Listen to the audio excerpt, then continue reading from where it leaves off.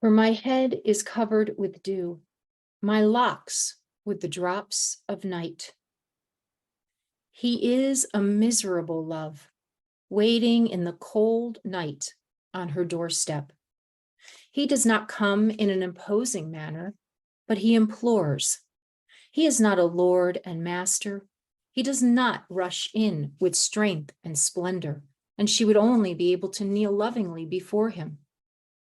But this time, he comes in dressed as the poorest and most pitiful of all, with this face of a humiliated servant, which should also be hers.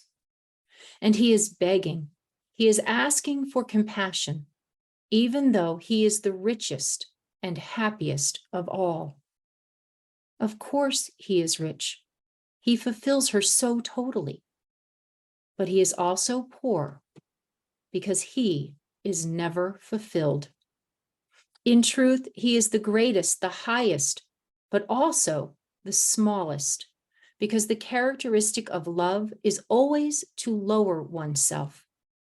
And he is also the living water, the inexhaustible fountain, and whosoever brings his lips to him experiences the fact that from him flow fountains of living water.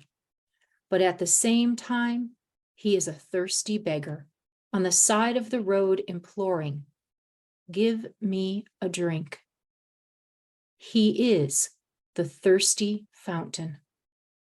As St. Augustine puts it in one of his magnificent sentences, he is in need as the one who is about to receive, and he is in abundance as the one who is going to fulfill. And this passage always reminds me of the woman at the well. I think is where we see this image of the bridegroom so clearly, sitting at the well, asking for a drink, thirsting for her love, but then offering all of himself to her, being the one who provides the living water, the thirsty fountain. And this idea that he is the one who fulfills us so totally, and yet he is never fulfilled. And if we think about that, what he thirsts for is for souls and for the love of souls and the salvation of souls. When will he be fulfilled?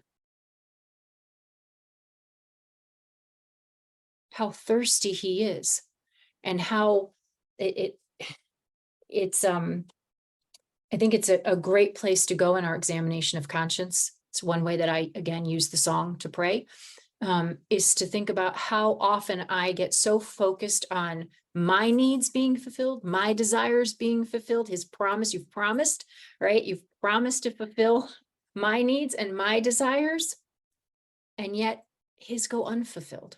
How often do we think about his unfulfilled desires?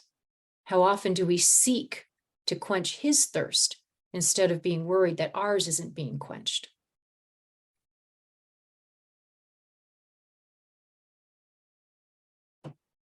There's a beautiful quote from Saint Therese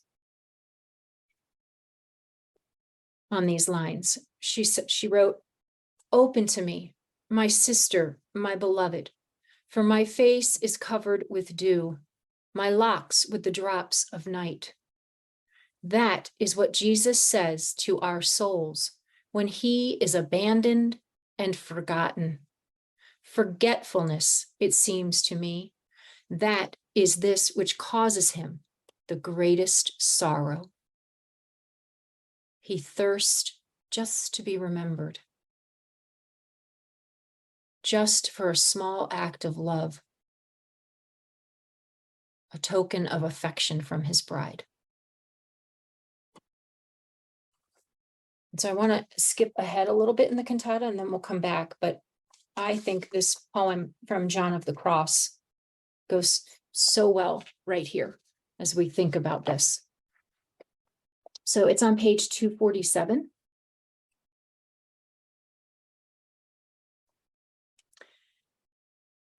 the very moving poem of the shepherd. A lonely shepherd goes in pain, no pleasure or joy for him, for he always thinks about his shepherdess, and his heart is heavy with love.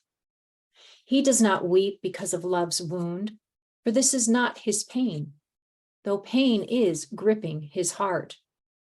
He weeps, thinking himself forgotten. This very thought of being forgotten by his shepherdess is his great pain. He is so outraged in a remote land and heartbroken with love. Alas, says the shepherd, how unhappy the one whose love chases him away so far from her heart. She did not want to enjoy my presence and left my heart so crushed with love. Then, after a long time, slowly, he climbed on a tree, stretched his beautiful arms, and died, held fast by those arms, heartbroken with love.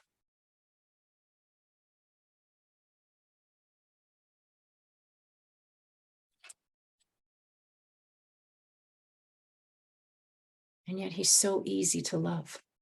He really asks so little. Just a glance. Just a word as we go through our day. Jesus, I love you. I'm thinking of you. What delight, what comfort that brings his thirsting, aching heart.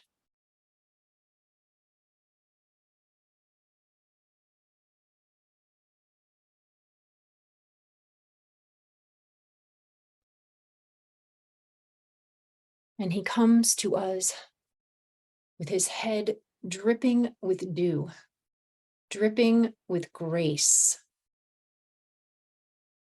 He asks us to open and to let him in so that he can fill us with his dewdrops of grace, of healing, wisdom and understanding, all his gifts. And dew is very symbolic in the scriptures. I have a list. I think we put some of them on the worksheet, a list of scriptures that talk about the symbolism of the dew. So I'm not going to get into all of them. But Apollonius, one of the early church fathers who wrote extensively about the song, he has this little paragraph that I wanted to share. Regarding this dew, the prophet Isaiah cries out, "The dew that comes from you is healing for them." And in Hebrew manuscripts, your dew is a dew of light. Plainly, he taught in these words that the dew of which he spoke is constituted as the light of wisdom and as healing for souls. That is to say, the teaching of wisdom and truth, apart from which the soul is weak and blind.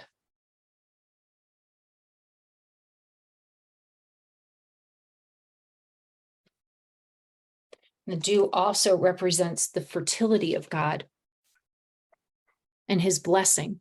So it brought to mind, I went back and read the scriptures from Exodus 16:13 about the manna falling.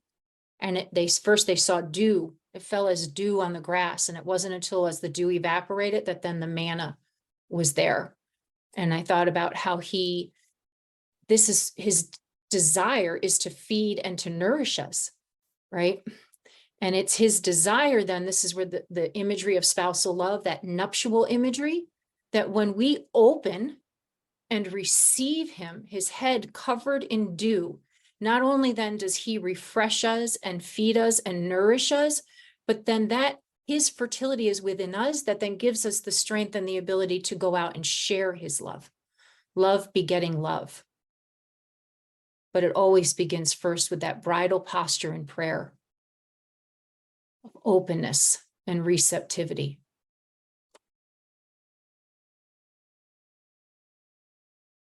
I also always think about the second Eucharistic prayer. when the priest prays over the bread and wine and says, by sending down your spirit like the dewfall.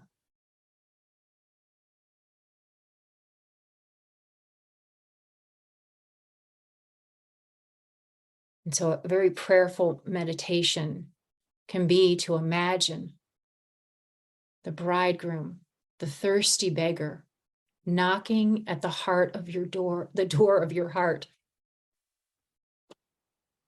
with drops of dew just falling, just covering his face, and inviting you to come and open the door and allow him in, so that you might kiss the dewdrops from him and be refreshed, be healed, be restored.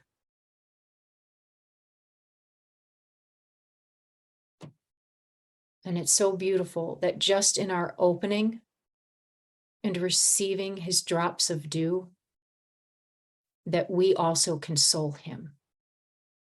That by allowing him to console and heal us, we are consoling him.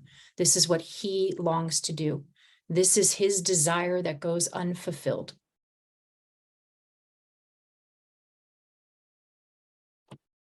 It reminds me again of St. John Paul II's quote from Theology of the Body, that the giving and receiving interpenetrate and become one. That as we receive from him, we are giving to him.